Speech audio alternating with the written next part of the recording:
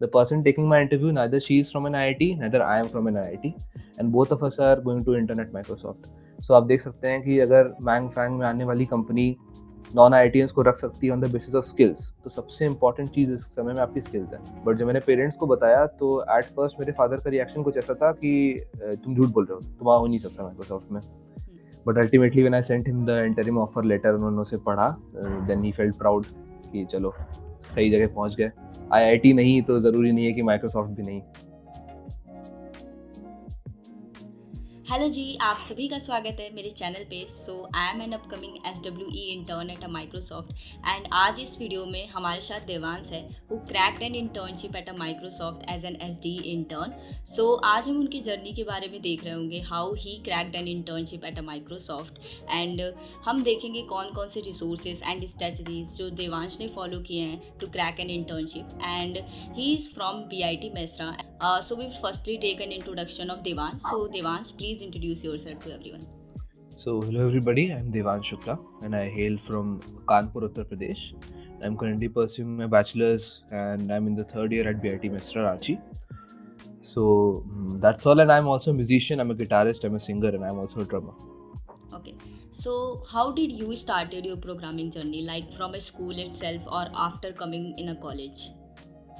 See, programming basically entered life in the form of Python in 9th standard when we had a subject called Fundamentals of Information Technology. So basics of Python started back then, and in 11th standard we also had Python. So that was by far the maximum exposure I had to programming.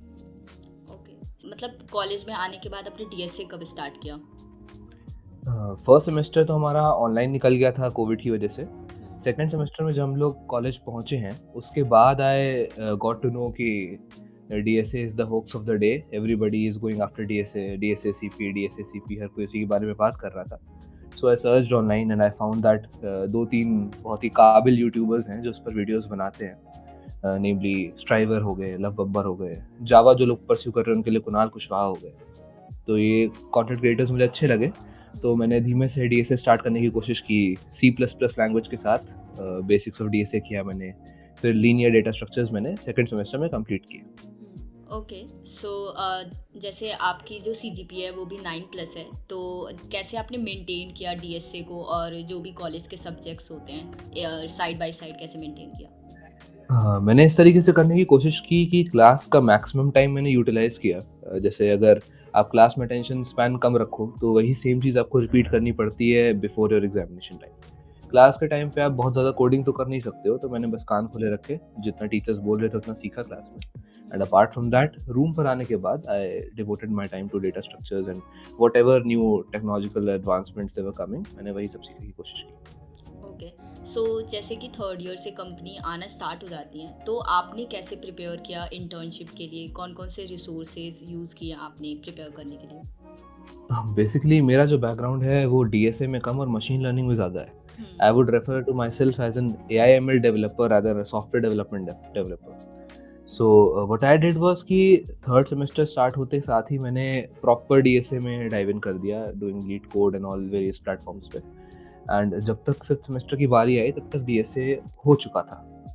And fifth semester start होते ही companies का आना चालू हो जाता है. So Microsoft visited our campus around July last week.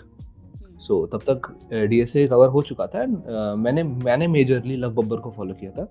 Love Babbar की जो playlist है, एंड एवरीथिंग इज फ्री, मतलब कुछ भी पैसा नहीं पे करना पड़ा, कोई कोर्स नहीं, कुछ नहीं. That playlist itself is sufficient along with striver की DSA शीट. सो जब माइक्रोसॉफ्ट आई तो अपॉर्चुनिटी ऑन कैंपस थी या ऑफ कैंपस थी, और कोई एलिजिबिलिटी क्राइटेरिया थी जो माइक्रोसॉफ्ट ने पुट की थी? हमारे यहाँ एक CGPA की शॉर्टलिस्टिंग की फाउंडेशन लगाई गई थी 7.5. एंड माइक्रोसॉफ्ट हमारे यहाँ BIT मेसरा थर्ड ईयर हमेशा विजिट करती है on campus. So on campus opportunity ये थी, हमारे ट्रेनिंग एंड प्लेसमेंट सेल से माइक्रोसॉफ्ट का अच्छा बनता है थोड़ा, तो आ जाती है हर बार. ओके. सो कितने राउंड्स हुए थे बेसिकली ऑनलाइन असेसमेंट के बाद? इंटरव्यू राउंड कितने हुए थे? मेरे एक्चुअली सिर्फ 2 ही राउंड हुए थे. कुछ लोगों के 3 राउंड्स भी हुए थे, कुछ लोग के 4 राउंड्स भी हुए थे. जितने राउंड्स में वो लोग सेटिस्फाई हो गए थे, उन्होंने वहीं पर टर्मिनेट कर दिया था उस point. Okay. So basically online assessment round भी हुआ था, तो उसमें कितने क्वेश्चंस पूछे गए थे और टाइम ड्यूरेशन क्या था बेसिकली टू सॉल्व द हमें क्वेश्चन? 90 मिनट्स का टाइम दिया गया था और हमसे 2 ही क्वेश्चंस पूछे गए थे उसमें। बट वो जो 2 क्वेश्चंस थे वो अच्छे लेवल के थे। आई वुड से कि अगर मैं उसे कंपेयर करना चाहूँ, तो कोड फोर्सेस पर अगर मैं उसकी रेटिंग से उसे कंपेयर करूँ तो आई वुड से कि वो 1300 से लेकर के 1600 के बीच के क्वेश्चंस थे। मतलब वो अच्छे क्वेश्चंस थे। उनमें से एक मैं मान सकता हूँ 11-1200 की रेटिंग का, but they were good questions थे। तुरंत होने वाले नहीं या ऑनलाइन अवेलेबल नहीं, एंड प्रॉक्टर्ड था session. You could not hamper with the website. आप छोड़ नहीं सकते उनके प्लेटफ़ॉर्म को। Okay. So, after giving the OA, there are basically two round of yours. So, what type of question were asked? Basically, technical round or HR round also? The first round was entirely technical. They began with the basics and fundamentals of computer science, like trees and graphs and time complexity and space complexity. They gave me test cases कि इसमें कितनी time complexity होगी, इसमें कितनी होगी. Then the interviewer, he shared a link, and there I had a coding question of I could either do it by trees, or I could either do it by I could either do it by implementing trees via DP, or I could either do it by recursion itself. तो मैंने उनको दोनों approaches बताई and then I started coding, so वो question हो गया.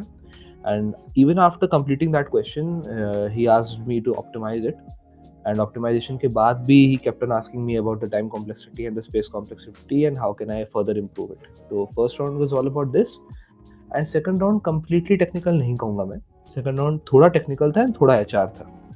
Second round में जो person मेरा interview ले रहे थे, he seemed to be quite मतलब elderly person. वो मतलब मुझे 60s के लग रहे थे. And when he told me about himself, so he had served 8 years in Amazon, next 6 years in Microsoft, next 4 years in Google, and now again he was in Microsoft.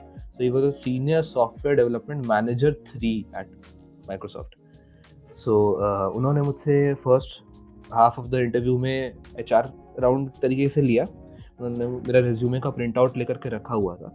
तो मैंने actually कई सारी virtual internships की हुई थी, and मैंने एक NGO में भी एज एन इंटर्न सर्व किया था. Nothing to do with technical aspect. तो उससे वो थोड़े इंटिमिडेट हुए. उन्होंने कहा ये बताओ कि ये तुम्हारा एनजीओ कहाँ से आ गया बीच में, टेक्निकल रोल के बीच में. सो एंड सेकंड हाफ में उन्होंने मुझसे क्वेश्चंस पूछे. उन्होंने मुझसे इलेक्ट्रॉनिक्स को ब्लेंड करके पूछा थोड़ा कंप्यूटर साइंस के साथ, एंड उन्होंने मुझे रियल टाइम प्रॉब्लम सॉल्विंग के भी क्वेश्चंस पूछे, नॉट जस्ट बेसिक डीएस. उन्होंने मुझसे 3 क्वेश्चंस पूछे थे इस राउंड में. उन्होंने मुझसे जो कंपनीज जो फेस करती है रियल टाइम में प्रॉब्लम, जैसे बॉटल नेकिंग है, ट्रैफिकिंग है, वो मतलब कैसे उसको कंट्रोल कर सकते हैं. So that's all. Okay, so we will move forward with your resume. So आपने resume में कितने तरीके के प्रोजेक्ट डाले थे और किस टाइप के प्रोजेक्ट थे बेसिकली वो?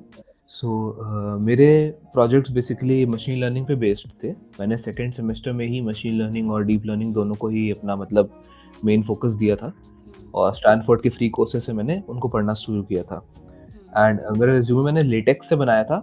एंड उस रिज्यूमे में जो मेरा पहला प्रोजेक्ट किया था that was age and gender detection using OCT dental images. मतलब हमारे जो सीआरपीएफ के जवान हैं, जब उन पर अटैक्स होते हैं और उनकी बॉडी पार्ट्स भी नहीं मिल पाते हैं, तो जो डेंचर होता है वो सबसे hardest part of the body होता है, तो वो ईजिली ब्रेक नहीं होता है. तो अगर हम सिर्फ वही रिकवर कर लें और मेरे मशीन लर्निंग मॉडल पर उसको रन करें उस इमेज को, तो हम उससे उनके एज को प्रेडिक्ट कर सकते हैं. And second was cataract detection using simple smartphone images. कि क्या है कि जो रूरल विलेजेस हैं वहाँ पर अभी भी अच्छे ऑप्थेल्मोलॉजिस्ट्स नहीं हैं, और बहुत से लोगों में 50 प्लस की एज के बाद कैटरैक्ट का प्रॉब्लम आ ही जाता है, विच इज़ मतलब very common. 3 million people normally एक एरिया में अफेक्ट हो जाते हैं कैटरैक्ट से. सो उससे क्या है कि अगर एक सिंपल बच्चे के पास एक स्मार्टफोन है, 13 मेगापिक्सल का भी अगर कैमरा है, जो कि 6-7 हज़ार के स्मार्टफोन में आ जाता है, अगर आप उससे किसी की आई की पिक्चर क्लिक करें और मेरे मॉडल पे उसे ट्रेन करें, रन करें, तो वो इंस्टेंटली बता देगा कि कैटरैक्ट है या नहीं, और कौन सी स्टेज में है, और उसके ट्रीटमेंट के लिए क्या करना चाहिए. और वो आपको नियर बाय जितने भी हॉस्पिटल्स या क्लोजेस्ट जो ऑप्थेल्मोलॉजिस्ट होगा जिसकी सबसे कम फीस होगी उसको रेफर भी कर देगा ऑटोमेटिकली. तो ये 2 रियल केस प्रोजेक्ट्स थे मेरे. ओके, सो जैसे आपके जो प्रोजेक्ट्स थे, क्या इंटरव्यू में आपको प्रोजेक्ट रिलेटेड कोई क्वेश्चंस पूछे गए थे या बिल्कुल. फिर? Okay, so what type of questions were asked in about your projects, and is there any question related to CS fundamental like OOPs और DBMS? Oops and DBMS was covered in the first round itself. Like Okay. 40 minutes mein he asked me trees, grass, time complexity, oops, even computer networks Okay. and DBMS. So he asked me to the basics of SQL as well. And he also asked me one interesting thing, that whether I knew PostGRE SQL or not. So many people leave that while doing DBMS, but yeah, he asked me about PostGRE SQL as well.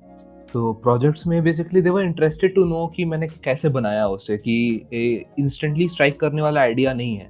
सो मेरे यहाँ पर मेरे college में एक मेरे बहुत अच्छे professor हैं who has a profound background in bio medical image processing. तो उनके पास ये प्रॉब्लम आई थी वाया एम्स।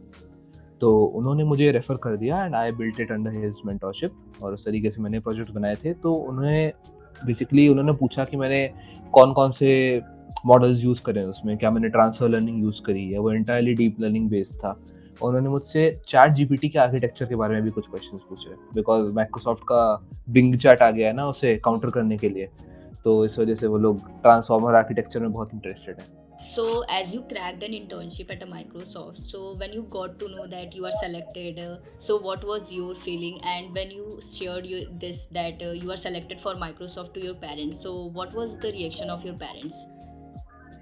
एक्चुअली मेरे यहाँ जब सेकंड राउंड ऑफ इंटरव्यू हुआ, तो बहुत सारे मेरे दोस्तों का मेरे साथ इंटरव्यू हुआ और हम सभी का इंटरव्यू अच्छा हुआ था। तो हम लोग कुछ प्रेडिक्ट नहीं कर पा रहे थे कि किसका होगा और किसका नहीं होगा, और सरप्राइजिंगली मेरे पूरे ग्रुप में से सिर्फ मेरा ही हुआ। तो मैं तो सेलिब्रेट नहीं कर पाया, क्योंकि मैं कैसे ही सेलिब्रेट करूँगा, मेरे ग्रुप में अकेले मेरा हुआ था।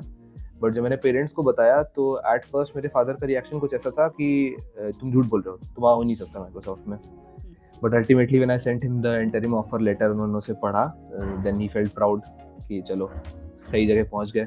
आईआईटी नहीं तो ज़रूरी नहीं है कि माइक्रोसॉफ्ट भी नहीं। Yeah.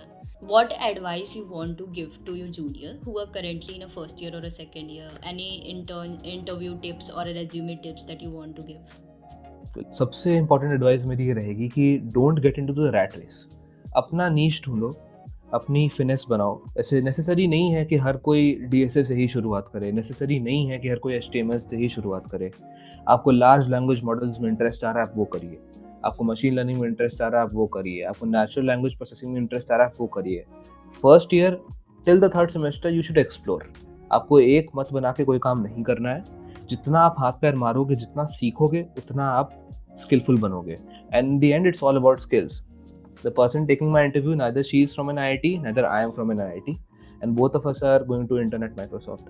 So आप देख सकते हैं कि अगर मैंग फैंग में आने वाली कंपनी नॉन आईआईटीएंस को रख सकती है on the basis of skills, तो सबसे इंपॉर्टेंट चीज़ इस समय में आपकी स्किल्स है। और मैं ये कहूँगा कि डीएसए को अपना एक तरीके से बेसमेंट बना के चले, कि अगर आपकी बिल्डिंग की बेसमेंट मजबूत होती है तो उसके ऊपर आप जितने भी फ्लोर्स कंस्ट्रक्ट करें वो सब अच्छे से बनेंगे। तो अगर आपका डीएसए स्ट्रॉन्ग है तो चाहे आप एमएल करें, चाहे आप कुछ भी करें, सब अच्छा है। एंड अगर आप एक रेगुलरिटी रखते हैं तो आपकी हर चीज़ स्ट्रॉन्ग रहती है, B it your CGPA, B it your DSA, B it your projects, anything. बस रेगुलर होना is the key according to me. So, congratulations for your internship at Microsoft, and hope so you will definitely get an PPO. And it was amazing, really amazing to talking with you, and बहुत मज़ा आया, and सभी को कुछ ना कुछ सीखने को मिला होगा, and definitely. So, thank you so much for coming here and sharing your experience. And अगर आपको ये वीडियो पसंद आई हो, then please hit the subscribe button, share with your friend, and do not forget to like this video. Keep coding, keep learning, be consistent. Thank you. Bye bye.